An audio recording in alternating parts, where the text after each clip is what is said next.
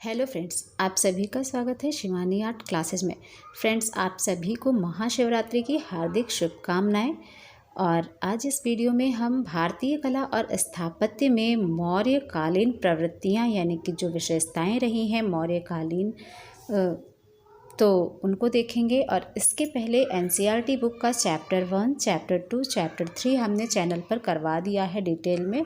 अगर आपने वीडियो नहीं देखा है तो डिस्क्रिप्शन में लिंक दिया जाएगा, वहाँ से आप देख सकते हैं। और साथ ही चैनल पर भी सर्च करके आप देख सकते हैं एनसीईआरटी बुक। तो आज अपना ये वीडियो स्टार्ट करते हैं और इसमें हम मौर्य कालीन कला तो चैप्टर 3 में हमने कंप्लीट करा दिया था। आज मौर्योत्तर कालीन की जो विशेषताएं हैं उनको देखेंगे इसमें, जैसे कि बहुत सारे स्तूप हैं, उनके विषय में जानकारी डिटेल में प्राप्त करेंगे।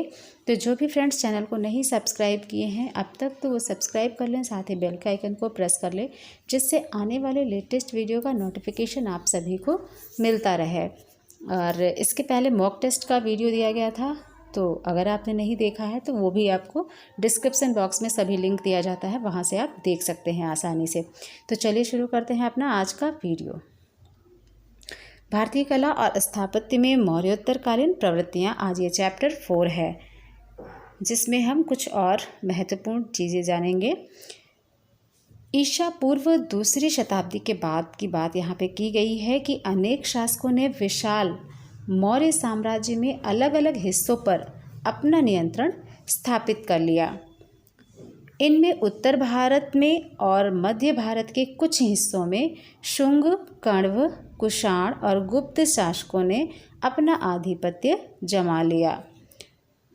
तो दक्षिणी तथा पश्चिमी भारत में सातवाहनों, इक्ष्वाकुओं, अमीरों और वाकाटकों ने अपना वर्चस्व स्थापित कर लिया।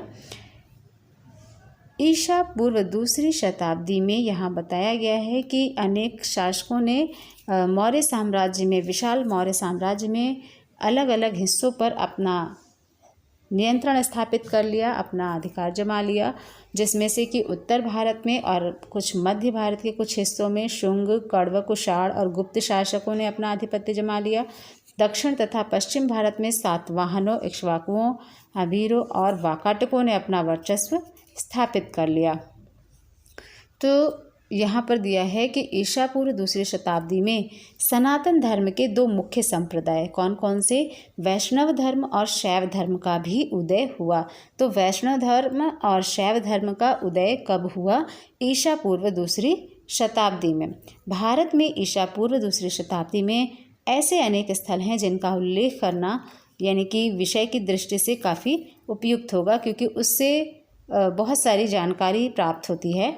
मूर्ति कला के कुछ उत्कृष्ट उदाहरण भी देखने को मिलते हैं वहाँ से। तो जैसे कि विदिशा, भरहुत जो कि मध्य प्रदेश में है, बोधगया बिहार, यज्ञपीठ आंध्र प्रदेश, मथुरा उत्तर प्रदेश, खंडगिरी, उदयगिरी उड़ीसा, भाजा पुणे के निकट है, और पावनी नागपुर के निकट महाराष्ट्र में पाए गए हैं। ये कुछ ऐसे स्थल हैं जिनकी जानकारी ज़रूरी होती है और ये कला के दृष्टि से भी बहुत ही उपयोगी है।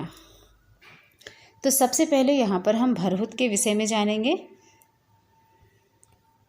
भरहुत में पाई गई मूर्तियाँ मौर्यकालीन यक्ष और यक्षिणी की प्रतिमाओं की तरह दीर्घाकार लंबी हैं। तो यहाँ पर बताया गया है कि भरहुत में जो मूर्तियाँ मिली हैं मौर्यकालीन यक्ष और यक्षिणी की प्रतिमाओं की तरह ही लंबी हैं। प्रतिमाओं के आयतन के निर्माण में कम उभार है, लेकिन रैखिकता का ध्यान रखा गया है। आकृतियाँ चित्र की सतह से ज़्यादा उभरी नहीं हैं। आख्यानात्मक उभार में 3 आयामों का भ्रम एक ओर झुके हुए परिप्रेक्ष्य के साथ दर्शाया गया है। आख्यान में स्पष्टतः मुख्य घटनाओं के चुनाव से बढ़ गई है। भरहुत में आख्यान फलक अपेक्षाकृत कम पात्रों के साथ दिखाए गए हैं, लेकिन ज्यों-ज्यों समय आगे बढ़ता गया कहानी के मुख्य पात्रों के अलावा अन्य पात्र भी चित्र की परिधि में प्रकट होने लगे। कभी कभी एक भौगोलिक स्थान पर अधिक घटनाएं चित्र की परिधि में एक साथ चित्रित की गई हैं, जबकि कहीं कहीं एक घटना को संपूर्ण चित्र में दिखाया गया है, चित्रित किया गया है। तो यहाँ पर भरहुत की बात की गई है कि भरहुत में जो मूर्तियाँ मिली हैं मौर्यकालीन यक्ष और यक्षिणी की प्रतिमाओं की तरह ही भरहुत की मूर्तियाँ भी दीर्घाकार लंबी हैं और उनके आयतन के निर्माण में कम उभार है, लेकिन जो रैखिकता है उसका विशेष ध्यान रखा गया है। और आकृतियाँ जो बनाई गई हैं भरहुत में चित्र की सतह से ज़्यादा उभरी नहीं हैं। और भरहुत में आख्यान फलक जो हैं अपेक्षाकृत कम पात्रों के साथ दिखाए गए हैं, लेकिन ज्यों-ज्यों जैसे समय आगे बढ़ता गया तो कहानी के मुख्य पात्रों के अलावा अन्य पात्र भी चित्र की परिधि में प्रकट होने लगे हैं। कभी कभी एक भौगोलिक स्थान पर यहाँ पर अधिक घटनाएं चित्र की परिधि में एक साथ चित्रित की गई हैं, जबकि कहीं कहीं एक घटना को ही संपूर्ण चित्र में दिखाया गया है। तो ये यक्षिणी की मूर्ति है जो कि भरहुत की है। तो आप देख सकते हैं ये बिल्कुल मौर्यकालीन यक्ष और यक्षिणी की जो प्रतिमा है उसी की तरह लंबी है, दीर्घाकार लंबी है और इसके आयतन में कम उभार है। तो आगे बढ़ते हैं। मूर्तिकारों द्वारा उपलब्ध स्थान का अधिकतम उपयोग किया गया है। आख्यान कथानक में यक्ष तथा यक्षिणियों के जुड़े हुए हाथ की तथा अकेली आकृतियों में हाथों को चपटा और छाती से लगा हुआ दिखाया गया है। तो यहाँ पे आप प्रतिमा में देख सकते हैं, मूर्ति में, पिक्चर में, कि यहाँ पर हाथों को चपटा और छाती से लगा हुआ दिखाया गया है। लेकिन कुछ मामलों में खास तौर पर बाद वाले समय में हाथों को सहज रूप में छाती से आगे बढ़ा हुआ दिखाया गया है। इन उदाहरणों से यह स्पष्ट होता है कि कला शिल्पियों को, जो कि सामूहिक स्तर पर काम करते थे, उत्कीर्णन की विधि को समझना कितना जरूरी होता था।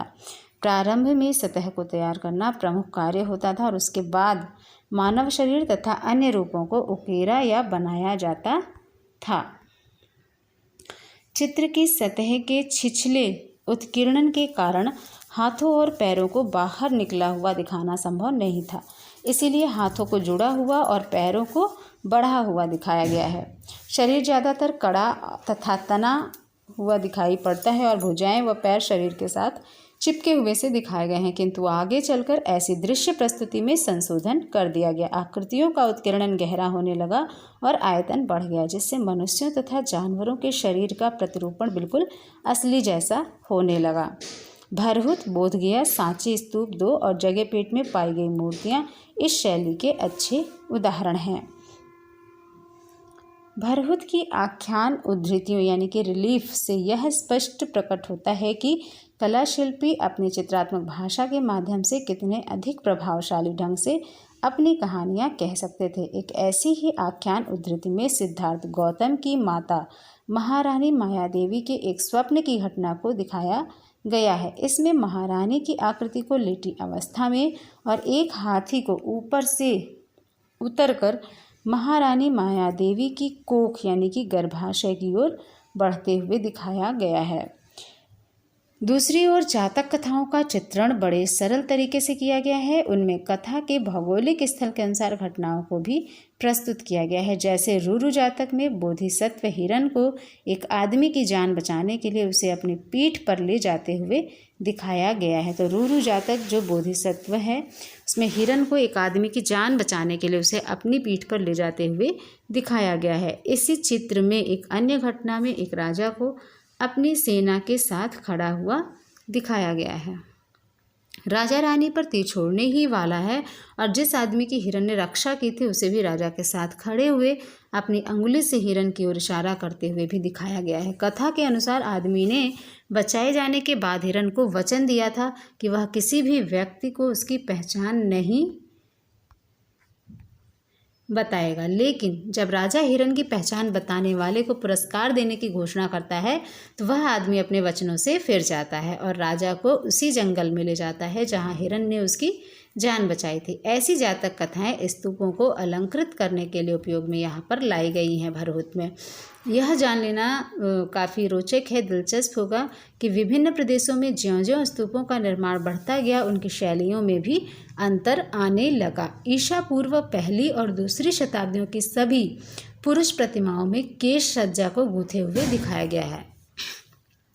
कुछ मूर्तियों में तो यह सब जगह एक सी पाई जाती हैं। भरहुत में पाई गई कुछ मूर्तियाँ आज भारतीय संग्रहालय कोलकाता में सुरक्षित रखी देखी जा सकती हैं। तो भरहुत में जो मूर्तियाँ मिली हैं वो भारतीय संग्रहालय कोलकाता में सुरक्षित देखी जा सकती हैं।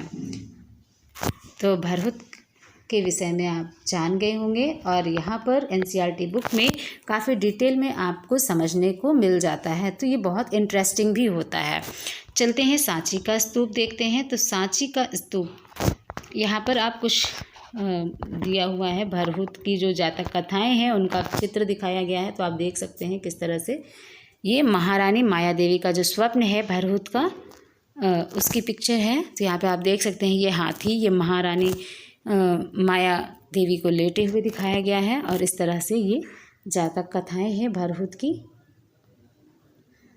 तो दोनों ही चित्र आप देख सकते हैं।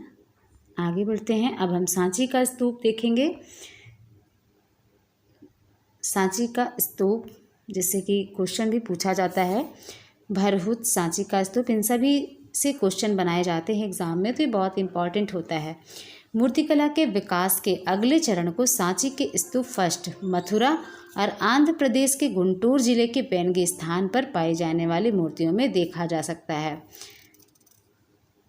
सांची का स्तूप कहाँ है? ये मथुरा और आंध्र प्रदेश के गुंटूर जिले के बेनगे स्थान पर पाई जाने वाली मूर्तियों में देखा जा सकता है। यह चरण शैलीगत प्रगति की दृष्टि से उल्लेखनीय है।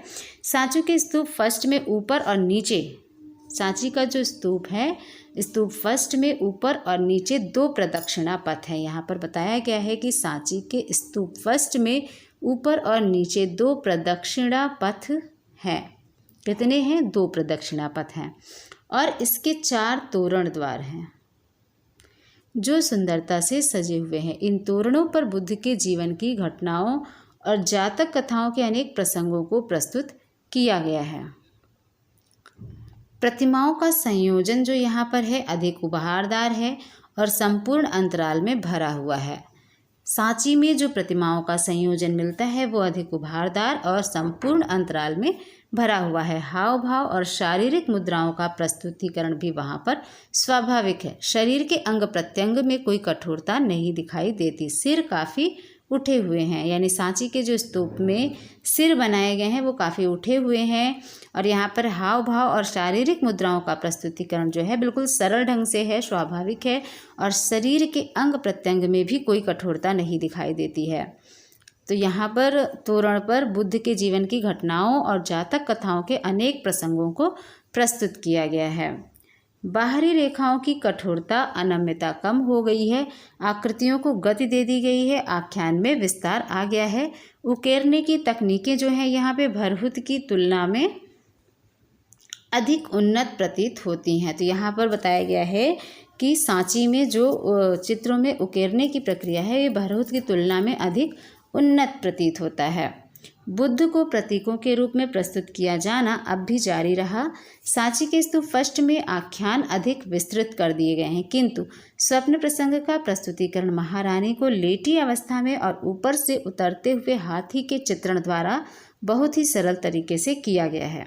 कुछ ऐतिहासिक आख्यानों जैसे कि कुशीनगर की घेराबंदी, बुद्ध का कपिलवस्तु भ्रमण, अशोक द्वारा रामग्राम स्तूप के दर्शन आदि को पर्याप्त विस्तार के साथ प्रस्तुत किया गया है। मथुरा में पाई गई इस काल की प्रतिमाओं में भी ऐसी ही विशेषताएं पाई जाती हैं, हालांकि उनके रूपाकृति यानी अंग प्रत्यंगों के प्रस्तुतिकरण में कुछ अंतर है। तो यहाँ पर सांची स्तूप फर्स्ट पे जो आकृतियाँ उत्कीर्ण की गई हैं उनको आप देख सकते हैं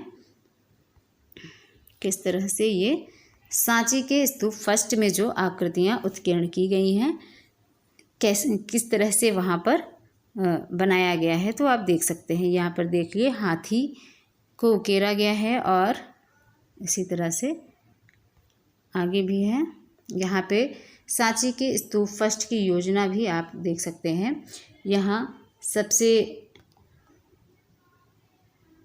सबसे पहले यहाँ ऊपर छतरी है, फिर हर्मिका है, अंड है, मेधी है और यहाँ पर ये प्रदक्षिणा पथ है। छतरी, हर्मिका, अंड, मेधी, प्रदक्षिणा पथ और यहाँ पर ये तोरण दिखाया गया है और यहाँ ये वेदिका तो आप देख सकते हैं सांची के स्तूप फर्स्ट की योजना किस तरह से बनी है। छत्री, हर्मिका, अंड, मेधी, प्रदक्षिणापथ, वेदिका, तोरण। तो यहाँ से क्वेश्चन भी पूछा जाता है, इसको क्रमानुसार लगाने के लिए क्वेश्चन बन जाता है। तो फ्रेंड्स आज इस वीडियो में बस इतना ही। इसका नेक्स्ट आगे का भाग हम नेक्स्ट वीडियो में देखेंगे। वीडियो ज़्यादा लंबा हो जाता है इसलिए हमने इसको पार्ट में डिवाइड किया है। तो आज ये पार्ट फर्स्ट है और इसमें हम यहाँ तक देखें और इसके आगे का भाग हम पार्ट सेकंड में लेके आएंगे। उम्मीद करते हैं वीडियो आपको अच्छा लगा होगा। वीडियो को लाइक करें, शेयर करें और कमेंट बॉक्स में कमेंट करें। चैनल को अगर अभी तक सब्सक्राइब नहीं किए हैं तो सब्सक्राइब कर ले, साथ ही बेल के आइकन को प्रेस करें जिससे आने वाले लेटेस्ट वीडियो का नोटिफिकेशन मिल सके। चैनल पर इस समय मॉक टेस्ट और एनसीईआरटी बुक दोनों कराई जा रही है क्रम वाइज, तो आप इसे सब्सक्राइब कर लें और अपनी स्टडी जारी रखें। वीडियो के डिस्क्रिप्शन में और भी इम्पॉर्टेंट वीडियो के लिंक दिए जाते हैं, वहाँ से आप सभी वीडियो को देखें और प्रिपरेशन करते रहिए। चलिए मिलते हैं नेक्स्ट वीडियो में, तब तक के लिए take care and bye bye.